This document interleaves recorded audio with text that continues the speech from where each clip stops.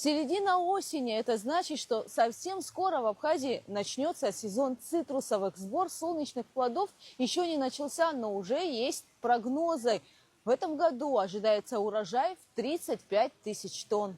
Меньше, чем в прошлом году. Все зависит от цикличности и погодных условий, говорят специалисты. Однако это не влияет на аромат и вкус плодов. Абхазские мандарины отличаются от мандаринов из других стран, например, Турции, Китая, Перу, Марокко. Это подтверждают и инфлюенсеры.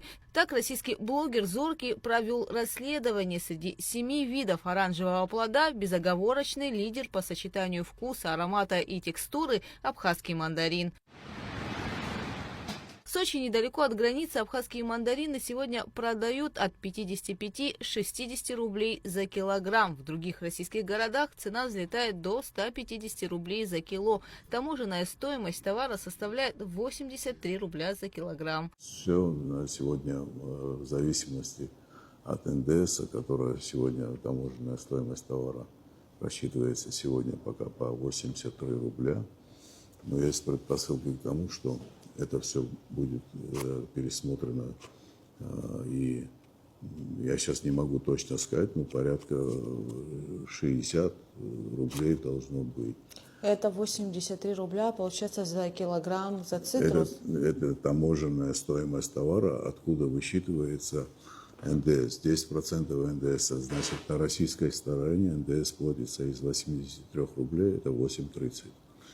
Поэтому сейчас работаем над тем, все озадачены, чтобы эта таможенная стоимость устаканилась и была порядка 50-60 рублей. На сегодняшний день, по моей информации, по границе то, что проходит цитрусы, в общей сложности обе стороны границы обходятся в 11 рублей. По данным таможенного комитета, на сегодняшний день из Абхазии экспортировано более 818 тонн мандаринов. Это на 351 тонну больше, чем за аналогичный период прошлого года. Кроме того, увеличены и другие поставки осенних плодов. Созрели уже раньше, чем обычный у нас урожай, и вот начался вывоз этих наших цитрусовых. Что касается других товаров, это фихуа. 301 тонна, на 38 тонн больше. Это хурма, 64 тонны, вывезено на 30 тонн больше, чем в прошлом году. И лимоны, 35 тонн, в прошлом году было всего 10 тонн. То есть фактически здесь видно значительный прирост. Что касается киви и апельсинов, то они идут на том же уровне, что и в прошлом году, вывезено по 3 тонны.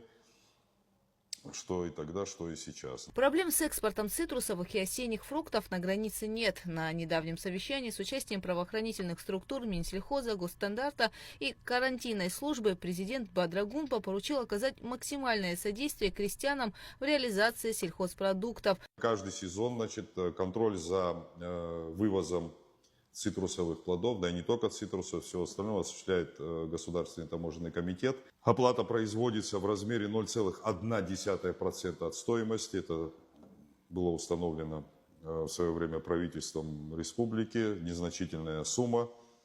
Вот. Но самое главное – это оформление этого груза и отсутствие задержек на государственной границе. Помимо таможенного комитета, еще работают службы такие, как Госстандарт и карантинная служба. Вот мы все оформляем четко, грамотно, и по времени все сокращено, потому что мы понимаем, что это одна из основных статей дохода наших граждан, да, и вот с нетерпением ждут цитрусовый сезон.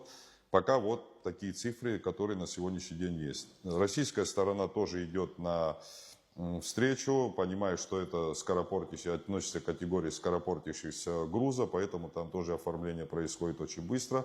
На КПП ПСО создан оперативный штаб, который контролирует ситуацию с экспортом цитрусовых культур урожая 2025 года.